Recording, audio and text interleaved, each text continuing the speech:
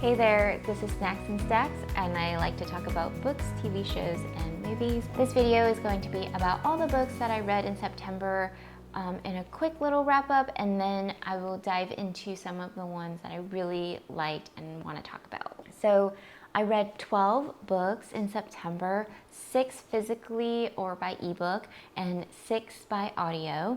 I rated 1 3-star, 3 3.5 star, 5 4-star, 1 4.5-star, and 2 5 stars. I am currently still in the middle of a Day of Fallen Night. I have a lot of tabs here. I am very much enjoying myself, but I'm just taking my time with this as there's just a lot going on.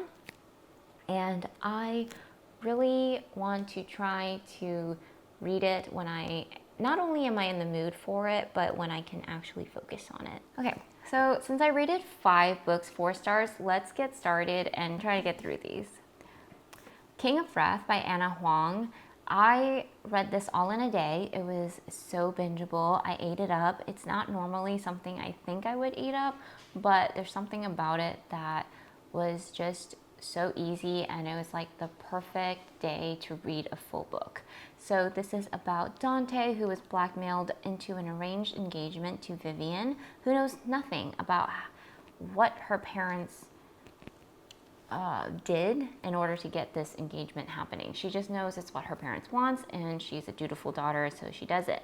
This is a spicy billionaire romance following 2 strangers that goes from enemies to lovers. They're not quite enemies. He's just really rude to her because he doesn't want to be there, and she's like, dude, why are you being so rude to me? And that's pretty much the whole thing. What I really liked about this was that Vivian was a character that I felt relatable to, as we're both Asians. We both were taught to be dutiful daughters.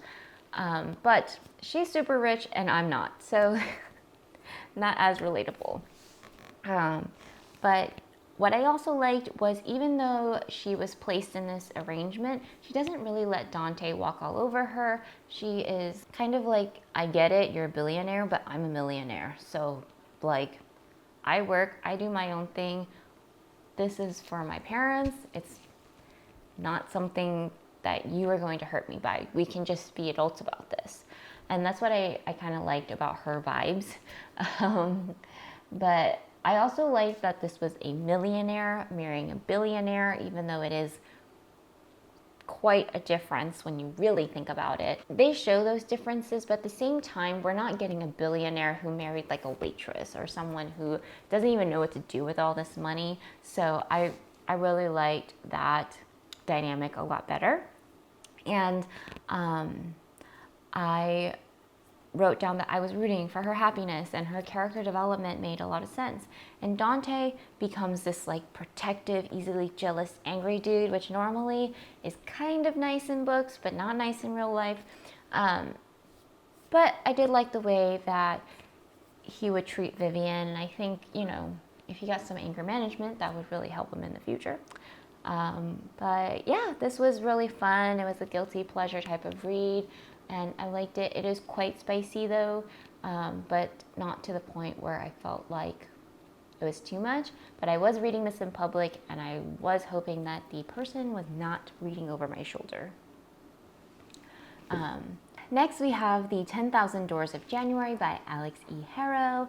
This takes place in the 1900s. We follow January growing up as a ward to a wealthy Mr. Locke. Her father works for this man, helping him to find and curate worldly treasures. January ends up finding a book that opens a lot of doors and uncovers secret and adventures. This is a portal fantasy where January has this like awesome but also rare ability to kind of like write in a book and then make it happen at this door that she finds. It's really weird. The writing style was very descriptive and helps you feel like you're part of the world. For me, it did feel like a slower paced book, and you're really just uncovering what's going on as you're reading. This book is for readers who don't want the author to tell you everything up front. This is the type of book where you're going to be lost for like half the book. You're not really sure what's going on. You're not really sure who's talking, especially if you're listening to the audiobook. You're just like there for the ride for probably half of the book, because that is when it starts to take off. So you really have to sit tight and just enjoy the descriptive writing, enjoy the weirdness that's going on. You can't really question. Well, you can question if you want. You're the person. You're capable. But I would say the more you allow the book to just take you places and tell you the story, the more I think you would enjoy it. If you're like trying to figure out too much in the beginning, I was quite lost. It's not something that is going to explain everything to you right up front. But like I said, once it gets to the 50% mark, we kind of just fly through. There's a lot of stuff happening. You find out so much. And that part of my book was my favorite. And then at some point, it like slows down, but in a way that felt like you pulled the e-brake, and now you're just like, why is nothing happening? And then the ending kind of wraps up nicely. So as for me, the pace was kind of odd. I felt a little weirded by it, but I do think it was a good book. Obviously, I gave it 4 stars. And I think if you enjoy a lot of descriptions and like world building in the very beginning and character building, then I think you would enjoy this book as well. I would say it's for those who like portal fantasies, lush storytelling, and just like allowing yourself to be in the story. The narrator for this story was great. I just think that when it comes to very lush descriptive writing like this, I'm much better reading it with my eyes than listening to it, because a lot of times it can go in one ear and out the other. And I get to hold up a book now. So we have The Dragon Wakes with Thunder by KX Song. This is part of the Dragon Spirit duology. I actually got this as an ARC at first with NetGalley, and then I was able to get the audiobook right away. I really enjoyed this book.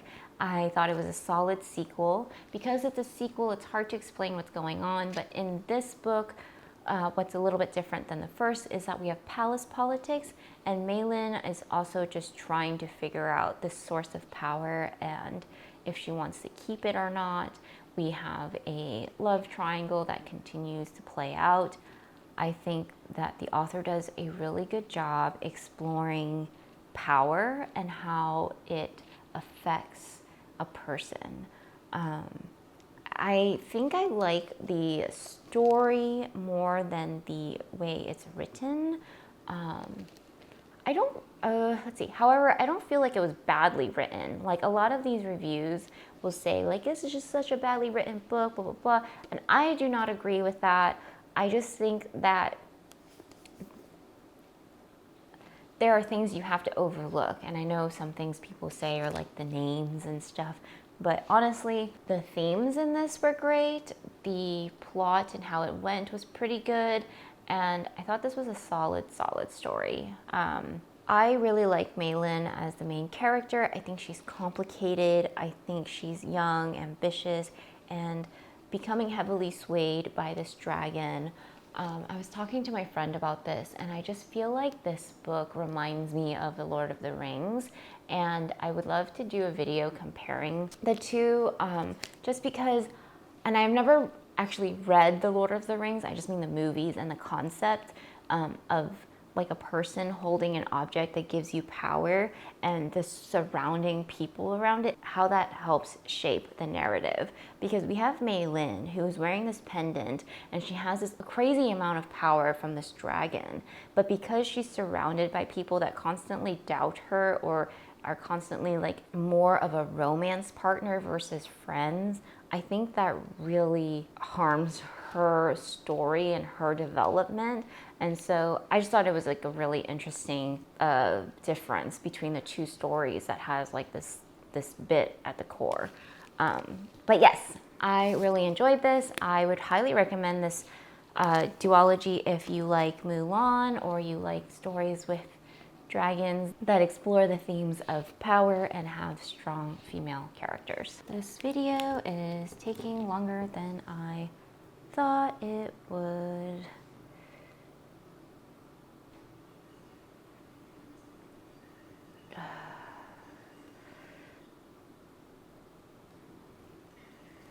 Another 4-star book is Erased: What the American Patriarchy Has Hidden from Us by Anna Malika Tubbs. This is a nonfiction book about feminism, American patriarchy, and what we can do to progress America to a place where all people are equal and all people have equal freedoms. The author is really looking into the many ways that we may not even put 2 and 2 together that is American patriarchy, and I thought that it was done in a really well written and easily read way. I really enjoyed the book. I think she talks about a lot of things that I honestly did not put 2 and 2 together. And I think that the way she talks about them never makes me feel stupid. It just makes me feel like, wow, I get it now.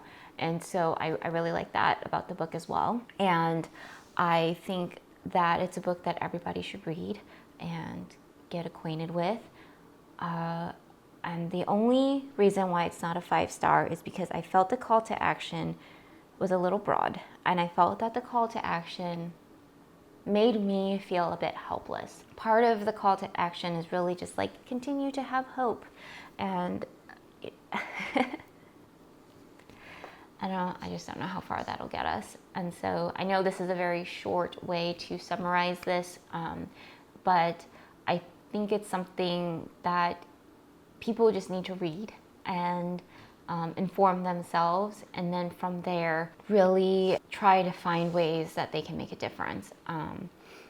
I would like to read a quote from this book that I think is, there are so many good quotes in this book, but this one particular quote I think sums it up and is also something that we should really think about. We are reminded that we must question what we are being told, by whom and for what purpose. The first step in dismantling American patriarchy is a realization that what we are told is simply a story passed to us by those with power who aim to keep their power.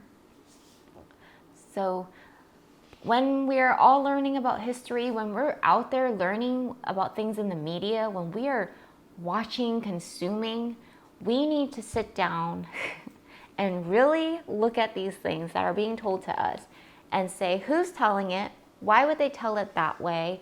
And where are the facts in this? Like, take away some of these feelings, some of these prejudice, and like, who does this give power to? And because that is important. That is an important part of everything that we are being told. What's Wrong with Secretary Kim? This is volume 2. Still a great time. This is a workplace romance. If you haven't heard me talk about it, I watched the K-drama and I liked it, so I got the manhwa. It is a colored graphic novel manga type thing. Sorry. It's not a manga because it's Korean. Koreans call their comics manhwas, and theirs are colored, and they are also read like a graphic novel or like a book instead of backwards like a manga is. And yeah, we're following them as he's trying to seduce her and wow her just by making her fill out a questionnaire and then doing everything on the questionnaire, which is hilarious. I think this is a lot of fun. It felt a bit rushed. It's absurd and it's ridiculous, but it's so much fun. It's such a nice, light little thing to read when you're reading really heavy stuff. So I had a great time. The Naturals, nearly a 5-star. So much fun. I also listened to this all in one day. I have a little video about it because I had to do a chalkboard. I had to travel, draw, and then I came back and I was able to listen to like the whole first book. I have the second book already in my Libby. I just need to try to read some other ones that are due first. But this is so much fun. It's like a group of teenagers with natural abilities to solve crime, but their abilities are really to read emotions, profile people, and statistics and stuff. So like Criminal Minds, we have a Raid, but she's just a young girl, not main character. We have I would say Dean is probably like the Shamar Moore character, where he's like more tough and he's a profiler. And then we have the main character. I don't know who she would be on Criminal Minds. I'll think about it. And then, yeah, so I thought this was great. Was it realistic? Nah. Were there a love triangle? Yeah.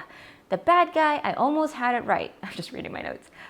But even with these flaws, the pacing was great. The characters are a lot of fun. It is a younger read, but I had such a fun time. The writing is clear, simple, addicting, and the intrigue kept me guessing. There are alternate chapters in here where it's in second person, and the person that it's putting you in is not a person I really want to be in, but it was intriguing. It kept me going, and it was great. It was just such a fun time. I think I was in the middle of explaining the plot, and I got... Okay, these teenagers with natural abilities, they all come together in this program. It's kind of like a boarding school for them, and they're training with the FBI to then become better at solving crimes. And their main thing is to solve cold cases, but in the book, some things happening in real life that they get into, for lack of a better word. My 5-star books. One was Spy Family. It's backwards. Spy Family. The newest Spy Family was fantastic. We actually go into this side character's backstory, and it was so good. It was so good. This is probably one of my favorite volumes so far. I had such a great time learning more about the war, this discussion about education and war, and then in the very beginning we also have just a fun little like school dance with Anya and Damien. The only thing that would have made this better is if Jorg was in this more, but honestly, so fantastic. Such a great volume. I'm so excited to keep reading these. I love this anime and manga so much. Audre and Bash Are Just Friends by Tia Williams. Audre is actually from 7 Days in June. She is Eva's daughter, and we are following her the summer of before senior year, and she wants to write a book to impress Stanford for her college applications, and in order to get real life experience, she hires this recent new high school senior graduate, Bash Henry, as her fun consultant. Bash is definitely secretive about his past, and can Audre, the unofficial teen therapist, get him to open up? This was so stinking cute. Like, I normally don't read YA romance. Sometimes it just feels young and like the characters are... But this was not it. It was so cute, and I love Audre and Bash. I love how they navigated through things. I loved how they weren't perfect because they are just teenagers, but just how they finally figured out that they are so right for each other. It was such a sweet story, and I think if you were an overachiever in school, you would relate a lot to Audre. If you were an overachiever, Audre and Bash, honestly. It just pained me to read how she felt that she needed to be successful in order to be loved. And I don't think Eva ever purposely made her feel that way. It was just like the standards that they placed by telling stories about the women and their family. This type of pressure, I think, is never intentional, you know, but it's there. A lot of immigrant children feel it too, because, you know, you get told that your parents had to escape and they had to start a whole new life so that you can have a better one. And then you're sitting here like, I just want to draw. So, oh, how did that come out? Anyways,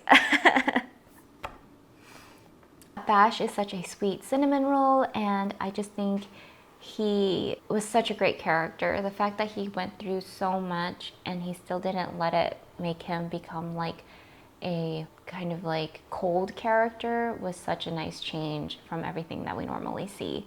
I was rooting for them. I thought the pacing was great, and the drama was like the perfect amount. And the duet narration was also perfect. It was just all super perfect. So yeah, that was everything that I rated highly or had something to say about in September. If you read any of these books, would you please let me know and let me know what you thought about them. I'd love to have a discussion in the comments. And yeah, so happy snacking, happy reading, and I'll talk to you guys next time.